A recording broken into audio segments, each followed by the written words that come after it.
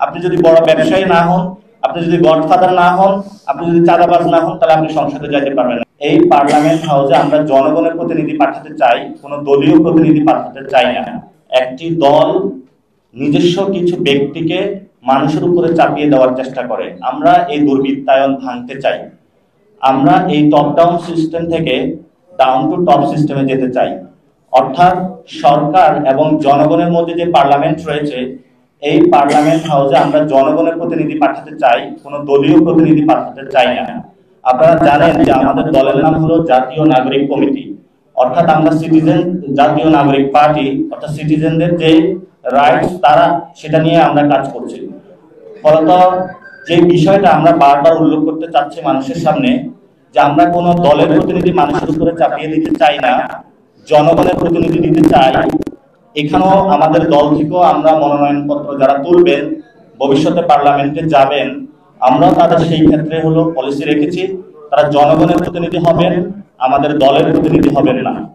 এবং আপনারা জানেন যে আমাদের পার্লামেন্টারি যে সিস্টেম রয়েছে সেটাতে সবাই আমাদের ট্যাক্সের টাকা দিয়ে সেখানে যে সংসদ সেশনটা চলে থাকে, সবাই কালবার ব্রিজ তার এলাকার কি সমস্যা সেগুলো বলে থাকে।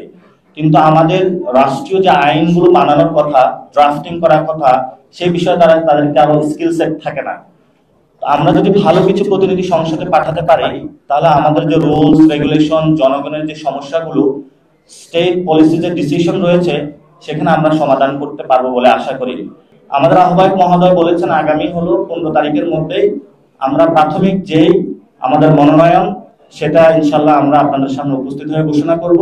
কিন্তু এর পূর্বের প্রক্রিয়াটা বাংলাদেশের কোনো দলের মানুষের জানা নাই যে কিভাবে এই প্রক্রিয়াটা সম্পূর্ণ হয়। আমরা মানুষের সামনে এই প্রক্রিয়াটা স্বচ্ছভাবে করতে চাচ্ছি।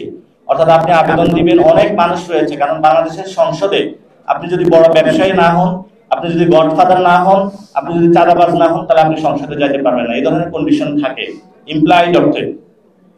কিন্তু আমরা সেই দুর্বৃত্তায়নের জায়গা থেকে বেরিয়ে আসতে, যারা স্বচ্ছ এবং সমাজের আলেম সমাজ, সমাজের নারী সমাজ এবং সমাজের শ্রদ্ধেয় যারা ব্যক্তিবর্গ রয়েছেন, যারা কমিউনিটি লিডার রয়েছেন, আমরা তাদেরকে সংসদে নিয়ে যেতে চাই।